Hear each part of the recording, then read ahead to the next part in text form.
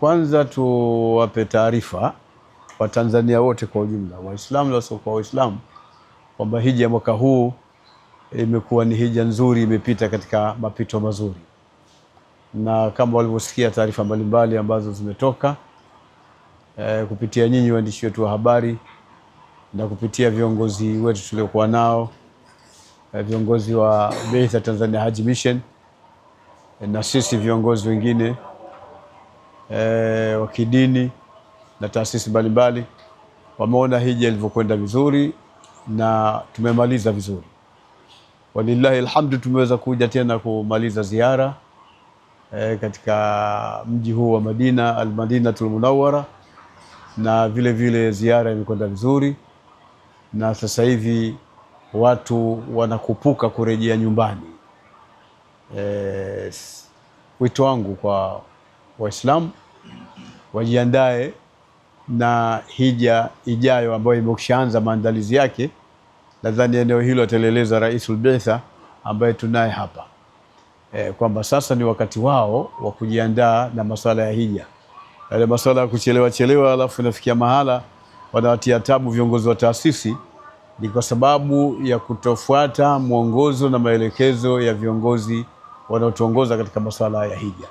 Mimi wito wangu ni kwamba Waislamu sasa waanze kujiandaa mapema kuweza kutengeneza utaratibu wa kulipia mapema katika taasisi ili waweze kusajiliwa katika masuala ya hija, waweze kuja hija mwakani inshallah. Na kwamba hija sasa hivi miundombinu ni mizuri na taratibu zake za usimamizi kupitia viongozi wa taasisi mbalimbali ni nzuri, lakini pia usimamizi mkuu wa Tanzania Hajj Mission ni mzuri. Kwa hiyo waendelee kuwahamasisha Waislamu wenzao kwa ajili ya kuja kufanya hija mwakani ambayo ndio ishaanza sasa hivi. Kuhiji jambo jingine, na kuhiji ni kwepesi zaidi, lakini lililozito na gumu ni kuilinda ile hija. Kwa hiyo na mimi niwasisitize kwa niaba ya viongozi wenzangu waendelee kuilinda hija yao kwa yale ambayo wameweza kuyasoma na kuyapata kwenye taasisi mbalimbali na viongozi na mashekhi mbalimbali juu ya swala zima la hija na hija inalindwa vipi. Nadhani hilo ndio jambo kubwa sana, ili ile hija yake iwe na maana, isiyo amehiji lakini hakuna chochote alichopata zaidi ya kupomosha fardhi tu, kwa sababu utakuwa huna dhambi ya kutokuhiji, umetekeleza hija. Alhamdulillah rabbil alamin, wassalatu wassalamu ala rasulillah sallallahu alaihi wasallam. Nikiwa kama mwakilishi wa serikali katika nchi ya Saudi Arabia, jukumu kubwa letu ni kuhakikisha kwamba raia wetu wanakuwa salama kipindi chote ambacho wapo Saudi Arabia, iwe kwa ibada ya hija, iwe umekuja kwa umra au hata kwa ziara nyinginezo. Na tunashukuru alhamdulillah, zoezi zima la hija limeenda vizuri, mahujaji wetu wamefika salama, na mpaka sasa hivi tunaendelea kuwasindikiza, kila kitu kinaenda salama. Tunategemea inshallah wote wataondoka kwa salama kabisa, na sisi tunajipanga kwa upande wetu kama serikali kwa ajili ya hija ijayo tuweze kuwapokea tena, mfanye hija kwa utulivu hadi mtakapoondoka inshallah. Kwa upande wetu sisi hatujaona changamoto yoyote kwa kweli. Tunaona zoezi limeenda vizuri. Changamoto nyingi hasa ni ziko ndani ya mamlaka ya Beitha. Ni zaidi kutoa taaluma tu labda kwa mahujaji wetu. Tumenotice upoteaji mkubwa sawa na nusuk. Zinaokotwa hapa, zinapotea kule, zinaokotwa hapa. Jambo ambalo nadhani Beitha, rais wa Beitha yupo, atalitolea ufafanuzi na anaweza akachukua hatua ipasavyo. Lakini kwa upande wetu sisi kama serikali tunaona zoezi limeenda vizuri kabisa. Tunashukuru sana ushirikiano tuliopata kutoka kwa Beitha, lakini ushirikiano vile vile kwa wanadhim wa taasisi mbalimbali na ushirikiano kutoka kwa mahujaji wenyewe mmoja mmoja. Tunashukuru zoezi limeenda vizuri kabisa, na tunataraji mwakani tutaboresha zaidi na zaidi ya hapa ambapo tumefanya mwaka huu. Alhamdulillah rabbil alamin. Na labda niseme tu kwamba kama maono ya Mheshimiwa Rais wa Jamhuri ya Muungano wa Tanzania mama yetu Samia Suluhu Hassan alivyo, kwamba serikali yake ni serikali ya kuwahudumia wananchi, ni serikali ambayo imejikita katika kutoa huduma bora kwa raia. Kwa hiyo sisi tukiwa kama ni watendaji wa serikali, hilo ni wajibu wetu. Hatufanyi kwa kutaka fadhila au hatufanyi kwa sababu labda ya kupata shukrani. Ni wajibu wetu, tunalipwa na serikali kwa ajili ya kutimiza majukumu hayo, na tuko tayari kuyatekeleza wakati wowote.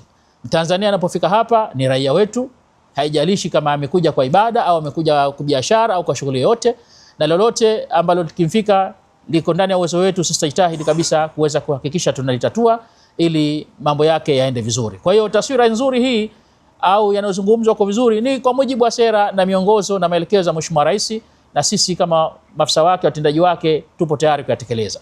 Asante sana. Alhamdulillahi rabbil alamin wassalatu wassalamu ala rasulillahi sallallahu alaihi wasallam, amma baad. Kwanza, tunapozungumza ibada ya hija tunazungumza vitu vingi. Utekelezaji ambao unafanyika hapa, na hija inafanyika katika muda mdogo tu, ni mwezi 8, mwezi 9, mwezi 10, 11, 12. Takriban hicho ndicho kipindi cha hija. Kinachobaki kinakuwa ni cha ziara. Lakini maandalizi ya hija, tunapozungumza hija ya mwakani, tayari tumeshaanza. Ina marahili mengi, na haya ndiyo ambayo yanakuwa yanafanyika muda wa mwaka mzima. Manake bado tuko mfunguo 3 au Dhulhijja, lakini tunasema tumeshaanza hija, tumeshaanza kutoa taaluma, na hili linatakiwa, tumeambiwa balighu anni, lazima wafikishiwe. Aya iliyokuja katika hija inasema waadhin fi nasi bilhajj, kwamba watu wafikishiwe. Kwa hivyo hili la kufikisha ni jambo ambalo linatakikana lifanyiwe kipaumbele kikubwa. Takriban ni jambo ambalo linatakikana. Mwaka jana baada ya kupata idhini rasmi ya Mheshimiwa Mufti, tulianza hata katika mikoa ya Dar es Salaam, mikoa ya Tanzania bara, na kwa mwaka jana tulikwenda katika mikoa 3. Kwa upande wa Zanzibar, takriban ni jambo ambalo tunalifanya kila mwaka, tunapita katika kila wilaya, na inaleta hamasa kubwa, kwa sababu bado watu wengi hawafahamu kwamba hija ni kwa mwenye uwezo, si kwa mwenye fedha. Inawezekana ikawa mtu hana pesa, lakini uwezo anao. Kwa hivyo hili linataka watu wafikishiwe. Kuna watu wengi wanafikiria kwamba hija, bado wanadhani kwamba hija ni lazima kwa mtu uwe tayari mzee, uwe umeshamaliza yako ya dunia, lakini hakuna anayemaliza. Watu wote waliokuwa ukenda makaburini, je, kuna mtu hata kama kafa miaka 100 hajamaliza? Kwa hivyo hili linataka watu wafikishiwe, na kwa upande mmoja Biitha tumekusudia kufanya kwa kushirikiana na Baraza Kuu la Waislamu Tanzania ili kuweza kuwafikishia watu kwa kiasi tutakachoweza. Na hili tulipata uzoefu kutoka baadhi ya mataifa mengi. Wanasema kuna baadhi ya nchi mpaka wana channel za hija, na baada ya kuwa na channel za hija watu wakapata hamasa kubwa, na watu ndio wanakuja kutekeleza ibada hii. Hata ukitizama kwa upande mwingine, si hija tu, lakini kuna na umra ambayo ni ndugu yake hija. Takriban watu wameanza kuhamasishwa. Sasa hivi hata kuna programu moja ndogo tu ya mwezi wa Disemba tumeita umra ya watoto. Imeanza watu 5, 10. Sasa hivi tunapozungumza kuna shule nzima watu 200 wanakuja hija kwa ajili ya hija ya watoto. Maana yake wamepata hamasa. Kuna watu wengi ambao pengine walikuwa wanapeleka watoto wao Thailand, wapi, watoto sasa hivi wengi wanasema waje hija, waje umra. Wakija umra wanapata kutekeleza ibada, wanapata kutembelea maeneo mbalimbali, wanapata kujifunza historia ya Kiislamu, na wanajengwa ule moyo wao kuambatana au kufungamana na swala zima la hija. Kwa hivyo yote haya ni katika maandalizi ambayo tunakuwa tunayafanya. Tutajitahidi kutumia vyombo vya habari via radio, TV, mitandao ya kijamii, na hili tutakwenda nalo mwaka mzima. Lakini vile vile tutakwenda katika maeneo, katika misikiti ya mijini pamoja na ya vijijini au wilayani. Taasisi zitakusanya mahujaji, lakini kama afisi kuu ya hija tuna wajibu vile vile wa kuhamasisha watu waje hija. Mwaka jana Mheshimiwa Mufti alituambia tukionekana tunakuja 4,000, Wasuudi wanaweza kaja akasema hii ndo namba yenu, ile ya 25,000 wakaifuta, na ikifutwa watakaokuja baada yetu watakuja kutulaumu sisi. Kwa hivyo hili kwa kushirikiana na viongozi wetu tutapata miongozo yao, lakini tuweze kuwafikia watu wote ili ile hoja ya kwamba mimi sina taarifa isiwepo. Takriban si masharti mapya, yanakuwa ni mambo mapya tu. Kwa mfano unaweza ukasema kuna swala limeelezwa kwamba ni class D itakuwa haipo, lakini hii ni vitu vidogo vidogo tu, vitu vya class A, class B, katika skuli utambua GPA 1, GPA 2. Hivi ni vitu ambavyo ni vidogo. Hija itabaki ni ile ile, maandalizi yatabaki yale yale. Cha msingi ambacho tunakuwa tunakisisitiza ni ile ratiba ya hija. Hasa takriban tathmini ya ujumla inaeleza kwamba watu wengi walikuwa kuna vitu viwili: kuchanganyishwa na watu wa mataifa mengine ambao utamaduni wetu haulingani, na vile vile kuna suala zima la vyoo. Takriban hili watu wengi walikuwa wanalilalamikia. Sasa ili kuvipata hivi, maana yake ni ili kuja kulipia mapema, kwa sababu utaratibu wa sasa ni kwamba eneo unachagua mwenyewe, lakini tumewekewa kuanzia mfano tarehe 1 mpaka tarehe 30 mwezi wa 8 kuchagua eneo. Haina maana kwamba ukija tarehe 30 mwezi wa 8 utachagua eneo ambalo unalolitaka. Ni kwamba ukenda tarehe ile utakuta maeneo yaliyokuwa yashachaguliwa. Ili upate eneo unalolitaka ambalo lina facility nzuri, maana yake itabidi uende ulipie mapema.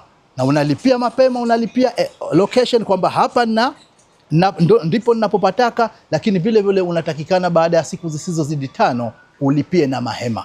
Kwa hivyo hili ndilo ambalo pengine lipo. Lakini katika jambo jipya ambalo vile vile limekuja, ukilitizama lengo lake kubwa ni kuwapa mahujaji, wanataka walau suala la chakula liwe ni half board, kwamba kuweko na uhakika wa chakula walau nusu, pengine cha asubuhi na usiku au cha asubuhi na mchana, kitu kama hicho ambacho pengine kitakuwa kipo ambacho tunaweza tukakitizama. Ni mambo ambayo takriban ya kawaida ambayo tunashirikiana na taasisi, kwa sababu vitu vingi taasisi wanakuja kukodi nyumba, ndicho ambacho tunachokifanya. Alhamdulillah, tukitizama sasa hivi kuna maendeleo makubwa, huduma zimekuwa nzuri. Takriban mara nyingi zamani tulikuwa tukifikia maeneo ya mbali, lakini sasa hivi watu wengi wapo karibu katika hoteli ambazo ni nzuri, huduma zinazotolewa ni nzuri. Tunamshukuru Mwenyezi Mungu, na lengo letu ni kuzidi kuimarisha hizi huduma ziwe ni nzuri zaidi.